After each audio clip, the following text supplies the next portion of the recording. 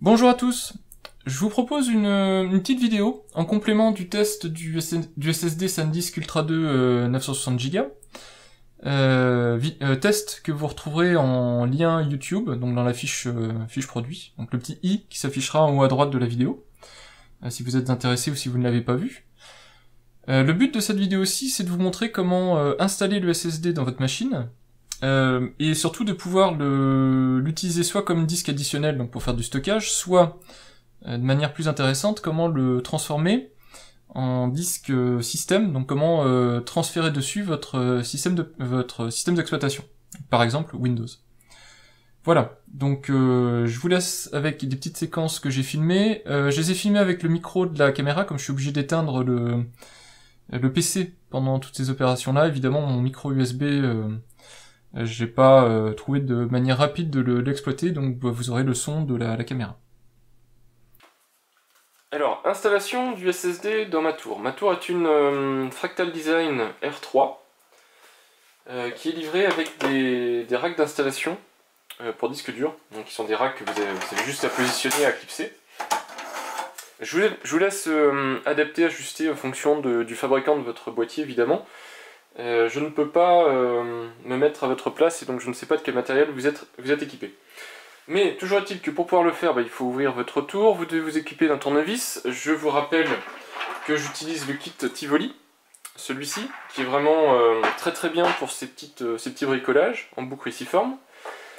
Moi j'ai un rack avec des silencieux ici, c'est-à-dire des caoutchoucs anti-vibration, ça ne sert absolument à rien pour un SSD, puisqu'un SSD n'est pas équipé de parties mobiles.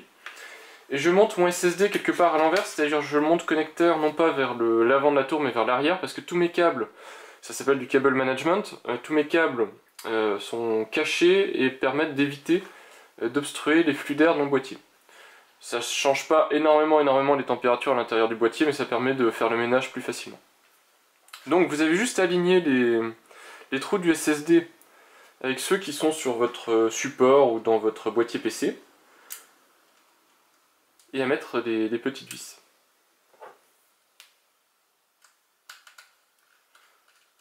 Donc ça va très vite, pour gagner du temps vous faites en diagonale. Comme ça, une fois que les deux vis en diagonale sont alignées, il ne restera plus qu'à mettre les autres, elles sont forcément alignées aussi. Alors, je ne sais pas pourquoi mon tournevis est aimanté mais il ne veut pas tenir la vis. Hop, voilà. Donc vous voyez, le tournevis Tivoli, il est, le bout ici permet de tourner, donc ça fait que ça gagne énormément de temps quand vous voulez visser des petites choses comme ça.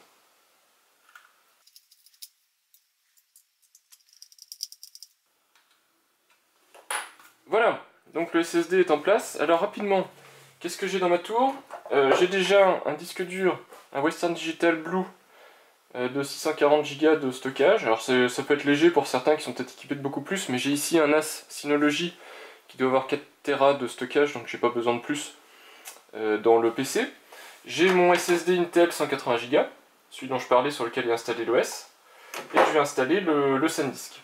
Alors pour cela, c'est facile, vous avez ici un câble de communication SATA, et vous avez sur la nappe qui est là, alors malheureusement je peux difficilement vous la rapprocher, vous avez ici un connecteur de l'alimentation SATA.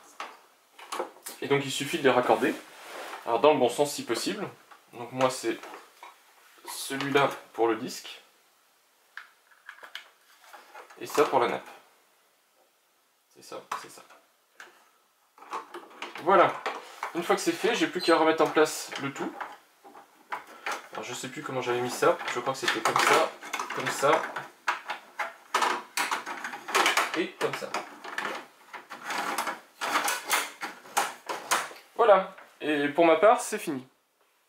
Le SSD est installé, il est connecté, éventuellement un petit tour dans le BIOS. Je ferai peut-être une vidéo rapide, enfin un petit aperçu rapide là-dessus. Et puis c'est tout, ça devrait démarrer. Éventuellement un clonage de l'OS vers le nouvel SSD, donc de votre disque dur physique si c'est un disque dur physique vers le SSD, ou d'un SSD vers un autre SSD, et vous devriez être bon. Donc on se retrouve pour la partie BIOS et la partie clonage éventuellement. Donc démarrage de l'ordinateur. se rend dans le BIOS. Moi c'est la touche Supr du clavier, mais vérifiez ce qui est écrit sur votre ordinateur pour pouvoir agir en conséquence. Et dans Standard Most Features, vous devez avoir ici, donc ici j'ai mon SSD Intel, ici j'ai mon disque dur Western Digital, je ne vois pas le SSD apparaître, et j'ai ici mon lecteur de Blu-ray. Bon. On va laisser Windows démarrer, des fois que l'OS détecte quand même le disque, mais qu'en fait le disque soit sur mon contrôleur secondaire.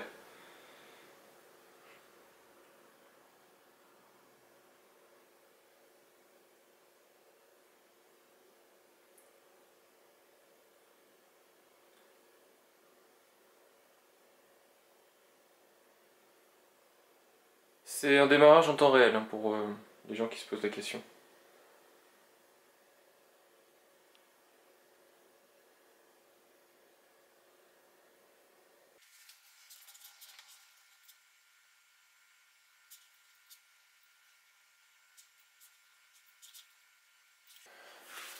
Donc le disque a bien été reconnu, il est ici non alloué, 894 Go, donc c'est le SSD.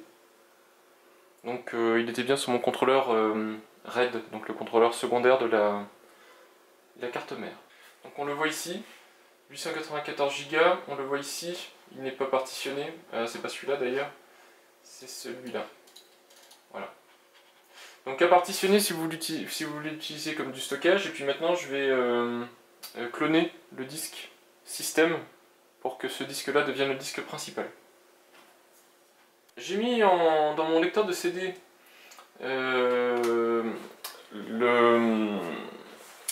mon utilitaire qui est en fait Paragon Boot CD. C'est Paragon Hard Drive Manager, je crois, Pro. Logiciel payant. Il existe sûrement d'autres logiciels. Moi, celui-là, il coûte, je crois, une centaine d'euros et il rend énormément de services. Donc, si vous cherchez un logiciel fiable et efficace pour gérer vos disques, partitionner, copier des OS, etc., c'est un très bon système. Sinon, gratuit, vous avez des choses qui existent, mais là, je ne pourrais pas vous conseiller. Vous pouvez aussi le mettre en USB, ce que je vous conseille, mais j'ai pas de clé USB disponible. Et le CD, je l'ai tout le temps. Et donc, dès que ça a démarré, on se retrouve et je vous montre rapidement comment cloner un OS.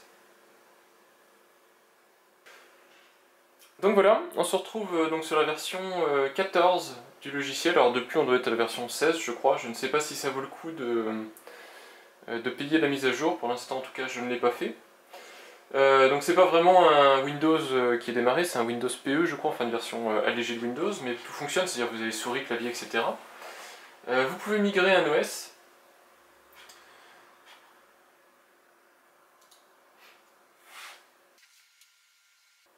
Donc il me demande qu'est-ce qu'il doit migrer. Donc il me dit version inconnue de Windows sur un disque E qui fait 166 Go, 75 utilisés. Alors je pense que c'est mon SSD Intel, c'est dommage qu'il ne me note pas SSD Intel. Et il me dit qu'ici, donc ça c'est mon disque dur Western Digital, donc ça c'est pas touche. Hein. Et là j'ai bien mon SanDisk Ultra 2 960. Donc je le sélectionne. Suivant.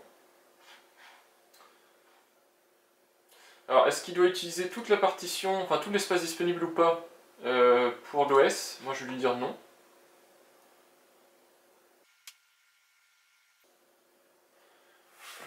Et c'est parti. Donc c'est une copie de SSD à SSD, donc les limitations vont être ici, essentiellement liées au contrôleur et à la vitesse des SSD, mais ça va quand même relativement vite par rapport à une copie de disque à disque, de disque physique, de disque à plateau. Voilà, donc il dit à peu près 5 minutes, on va voir si c'est vrai. Une fois que ce sera fini, il faudra, en tout cas moi c'est ce que je vais faire, enlever complètement le SSD Intel pour être sûr de ne pas faire de bêtises et de l'endommager. Remplacer le SSD Intel par le SSD SanDisk au niveau de la nappe pour être sûr de le brancher sur le même contrôleur qu'originellement, etc. pour limiter un quelconque risque, s'il peut y avoir, et ne démarrer qu'avec ce disque. Et si ça fonctionne bien, dans ce cas-là on peut rebrancher le reste. Donc vous voyez que c'est rapide, c'est efficace, un logiciel que je vous conseille, même s'il est payant. Alors vous avez une version Home à une cinquantaine d'euros, je crois, puis la version Pro à 100 euros. Je ne crois pas malheureusement que les mises à jour soient incluses dans le prix du produit. Donc si vous achetez la 2014, voilà, vous êtes bloqué sur le 2014, ce qui est un petit peu dommage. Mais au final, ça reste quand même un logiciel qui dure assez longtemps et qui est vraiment extrêmement efficace. Alors, on se retrouve quand le nécessaire est fait. Voilà, donc c'est quasiment fini. Il a vraiment fallu environ 5 minutes, même moins de 5 minutes, hein, pour copier l'OS de disque à disque. Voilà, donc c'est fait. Il me confirme que ça a bien été fait. Que maintenant il faut que je change dans le BIOS le disque de démarrage. Alors moi je vais faire même différemment et je vous montre comment je fais pour minimiser les risques. Évidemment pour ce logiciel là, pour le terminer, il suffit de faire soit restart soit shutdown. Moi je fais shutdown parce que j'ai besoin derrière d'aller modifier les lecteurs. On se retrouve à nouveau dans la partie matériel. Alors, ce que moi je vous conseille de faire une fois que vous avez migré d'OS, donc vous allez conserver le SSD ici que vous venez d'installer, et vous allez retirer le SSD d'origine, au moins temporairement, le temps de vérifier que tout fonctionne bien, qu'il n'y a pas eu de problème de copie, etc. Voilà, donc vous vous laissez une bonne semaine facilement avec l'ancien SSD en dehors du PC. Vous vérifiez que tout, ou l'ancien SSD ou l'ancien disque dur, hein, suivant votre cas de figure. Vous vérifiez que tout fonctionne comme vous vous y attendiez, qu'il n'y a pas d'erreur, pas d'écran bleu, pas de choses comme ça. Et une fois voilà, que vous êtes laissé ce petit délai là, vous pouvez vous permettre de le formater, de le réutiliser, mais en attendant vous le gardez toujours au cas où. Et idéalement, donc ce que je vous conseille de faire, donc vous touchez la tour, hein, toujours pour vous mettre à la terre, on ne sait jamais. Hop, je ressors tout. Alors ce que je vais faire est assez simple en fait.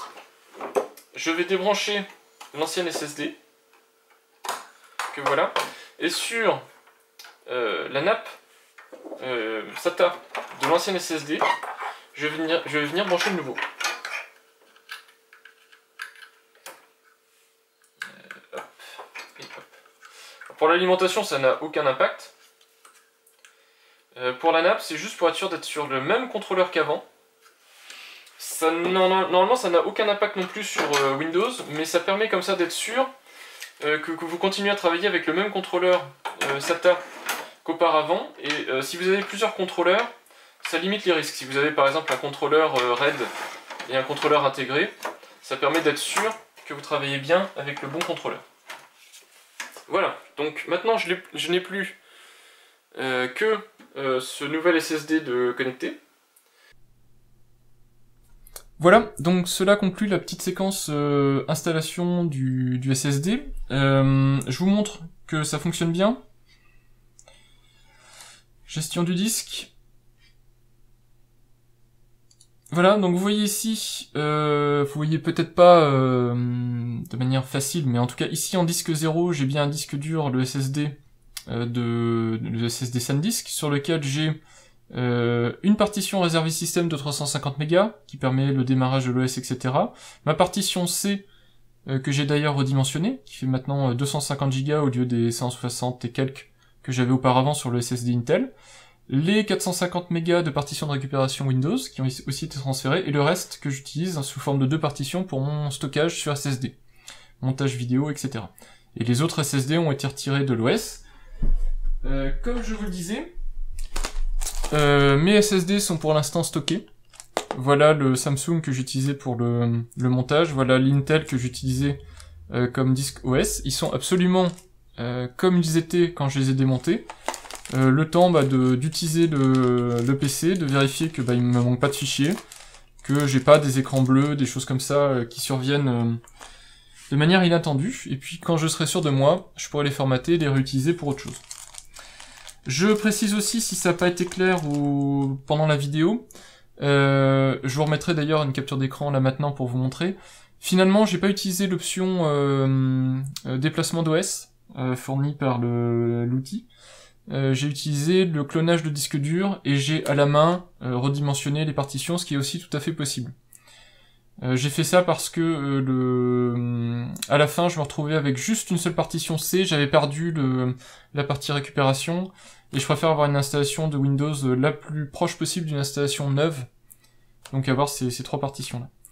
Mais il suffit juste de cliquer sur le menu qui est à gauche en fait de clonage d'OS et vous arriverez à la même chose.